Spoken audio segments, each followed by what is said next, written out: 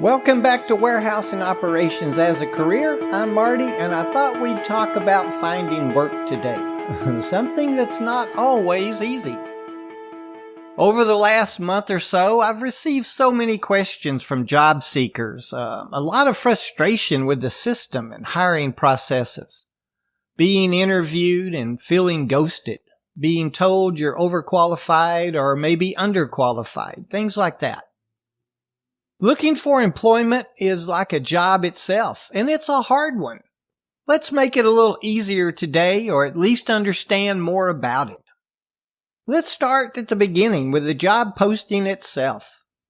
Whether we see an advertisement in a classified ad sheet, a newspaper, maybe a flyer placed on our vehicle, or a tear-off sheet at our laundromat or grocery store, or places like Facebook job groups or job boards like Indeed, we need to take the correct approach in calling, emailing, or answering those advertisements. Okay, first off, I've never placed quantity over quality. I mean, if we answer every ad and send our resumes to every email address that's advertised, it's going to make us feel better because we're thinking, look how many job ads I've answered. But we know a lot of those ads are really not fit for us. If we got the job, would we like it? I reached out to a person 2 weeks ago, introduced myself, spoke to the job I was hiring for, and was told, I don't want to work those hours, and I don't want to load any trailers. Do you have anything else? The advertisement stated the job and hours in the ad. I feel the better approach, a better use of our time, is to target the ads that we answer. We need to understand recruiters and hiring agents may receive literally hundreds of resumes, messages, and phone calls about every position that they advertise for. And then many may be using a ATS or applicant tracking system program to help screen all those resumes. Our resume has to show our experiences and contain the key words that those recruiters and systems are going to be looking for. Let's take a general labor ad as an example. It states the position is a Monday through Friday position with the occasional Saturday scheduled. The start of shift hours will vary between 6 a.m. and 7:30 a.m., and the shift end time being 4:30 p.m. with overtime. The job description or duties or responsibilities listed state unpacking apparel, sorting, tagging, packaging, selecting, and e-commerce and shipping. Sweeping, sanitation, and box building may be needed as well. Now, okay, if we're not interested or can't work on Saturdays, this isn't an ad that we would answer. If 6 a.m. is too early for us or our life situation makes that impossible, this isn't an ad that we want to answer.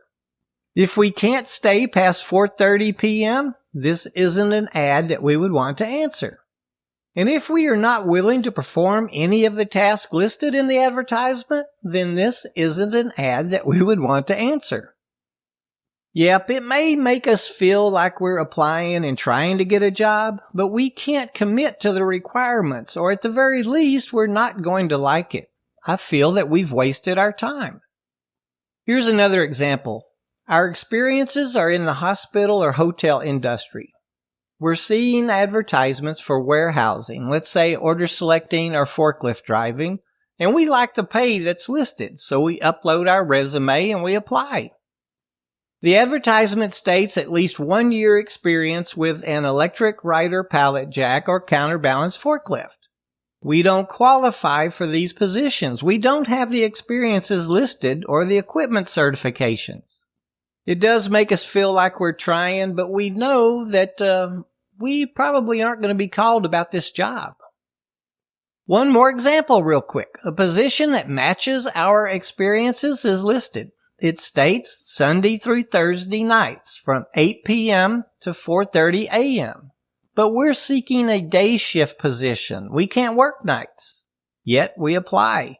Again, we're trying, right? We can't accept it though because of our life commitments or feelings about working nights. I think sometimes we think, well, if they call me, I'll just tell them, that I need another shift and it's going to be okay. There's a 99% chance that we've just wasted our time again. I think we're putting all this frustration on ourselves.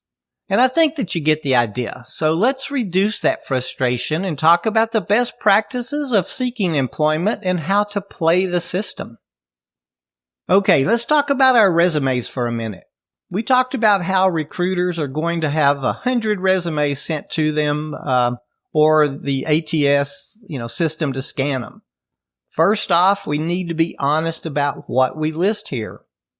Stating an experience that we don't have isn't going to do us any good. Even if we get the job, we won't be able to perform, it properly to keep the job. Now, also, we may need to have a couple of different resumes saying the same thing, but just using different words. Let's say we're applying for a GL position that states warehouse sanitation, experience needed, with at least 1 year warehouse experience. Our experiences are a year in the warehouse unloading trucks. We could state something in our resume like, I have over a year experience working in a warehouse environment. I am used to the fast-paced environments and understand the importance of keeping a clean and uncluttered work area, not only for efficiencies and safety reasons, but for sanitation and maintenance purposes as well. All of this is true. Unloading trailers, we were responsible for keeping our work areas clean, and we've used 7 words the recruiter and/or the system is looking for. We wrote the words year, experience, fast-paced, clean, uncluttered, efficiencies, safety, sanitation, and maintenance. All these words are in the keyword list for the position. It's listed as general labor, usually meaning no predetermined skills are going to be necessary or training to the individual task is going to be given. We have not wasted our time replying to this position. We meet the qualifications. We can tweak the same resume, changing a few words here and there to meet a keyword search for, another position or something similar. All right, we get the idea now. Our time is a valuable asset to us. And think of the fuel expense driving out to interviews. We kind of already know that, we don't meet the listed criteria. So earlier I mentioned our targeted job search. So let's figure out where we want to work. Job boards and job groups are great and they are valuable to us, but I want to point out something real quick. So we all have a distance in mind that we're willing to travel from the home to the job site. We generally know what we want to do for a living, and a lot of the times that's where our experiences are going to be coming from. As a side note, say we want to grow our knowledge into other positions, maybe an equipment operator. Well, hang on. I'll share those shortcuts here in a minute. Going down a rabbit hole real quick. Where was I? Okay. I think it's a great idea to look around our neighborhoods or the commercial properties, in our area. Or if we know of a particular company that we'd love to work for because of their wages or benefits or growth potential, let's go by there, see what openings they have, drop off our resume. We don't always have to use advertisements exclusively. Let's go to the doors and knock on them. Targeted job search means a position offered within a distance that I can commit to showing up for every day, and a shift that, fits my needs or lifestyle for the pay my life requires and matches my present abilities and experiences, and I believe will provide growth within my career working with them.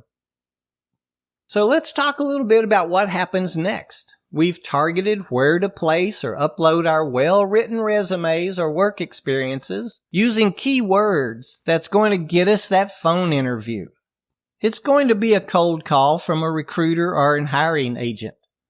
Keep a copy of our resumes in our pockets or purses at all times. We got to know those by heart, have them kind of memorized. If we receive a phone call and we can't talk right now, say we're watching the kids or driving or not in a quiet area, just share that with the caller. They will understand. Ask if they can call us back at so-and-so time, or is it okay if you call them back at a certain time? They are interested in us and want to interview with us. They'll actually appreciate us wanting to give them our full attention. When we call back, thank them for considering us for the job. We have like 2 minutes to grab their interest. State and experience that we've listed in our resume that is on the job task. Give them something to ask questions about. They want to, maybe even need to hire someone for the job. That is how they get paid. Our goal is to convince them to give us that face-to-face interview. It's important that we ask them a few questions as well. Without conversation, they're not going to remember us. We must remember they may be calling 50 people from those 100 resumes that they've screened. We want to be part of the 20 people that they're going to call in for a visit. A couple of good, safe questions to ask could be something like, is this an additional hire or a replacement position? State how we're looking for long-term employment and growth potential. Maybe ask, do you hire from within for other positions? Now, we need to be nice, professional. We want them to want to see us. And it's important to take notes on the resume sheet that we're using to bring up the different points with. We'll want to bring up the same points they brought up when we're on that face-to-face interview. Okay, now for an important thing. And I'm not saying I agree with it, but it's just a fact. Many recruiters and companies are now going to head straight over to our social media pages to learn a little bit about us. If they see us with a controlled substance or any type of paraphernalia in pictures or a bunch of handguns covering our bedspread, a lot of vulgarity maybe, odds are they are not going to go ahead and give us a call. We've got to get over it. Right or wrong, it's just a fact. In my experiences, our social media pages don't really reflect our personalities anyway. They project what we want our personalities to be to others. Anyway, it's important to clean them up, if only for a while we're looking for work. A good rule of thumb, as it was once explained to me, is if I wouldn't want to show my grandmother, take it down while I'm looking for work. Okay, we've got all that done, and they have asked us to come in for an interview. We aced the phone interview. We bonded with them on some level and have been invited to come in and see them. It's important to bring that same resume that we took notes on with us. Think about it. Even if we don't recite anything from it, the recruiter will see how much this means to us and how engaged that we've been through the process. We have to plan on arriving at least 10 minutes early, if not 15 minutes early. Look at it as our first day of work. We need to be dressed for an interview. Yes, we're looking for work in a warehouse, but we need to look the part. A pair of jeans and a nice polo shirt or nice t-shirt with no profanity or music groups and such as that on it. If the job requires steel-toe footwear, let's wear them. It shows we own them and we have experience with them. And let's not have our boyfriend, wife, or girlfriend, or friend, or even parents, come back to the back with us when it's our turn. And do not bring our children to an interview. We won't be able to bring them to the warehouse with us. And remember, this is like our first day of work. Again, be professional, be honest, answer all questions in a positive manner. Ask a few questions of our own. Again, we want them to remember us. They're going to be interviewing several others, and we want them to remember us. We are going to get that job. I mentioned that looking for work is hard work. We have to put time into it. A lot of the frustrations with seeking employment we can bring on ourselves. Oh, and I mentioned earlier about a shortcut to becoming an equipment operator. Target a company that uses the type of equipment that you'd like to operate. Get hired onto any position that they're offering. We've got to be on time and be a great associate for about 60 days, and then approach our boss, sharing that you'd like to be an equipment operator. You'll have a great chance of them working with you, training you, getting some experience for the job. I hope the information shared today helps in seeking that new job. WAOC will be offering an updated free webinar coming up on seeking employment. Check out the website for more details next month. Until then, good luck with the job search and be safe in all you do.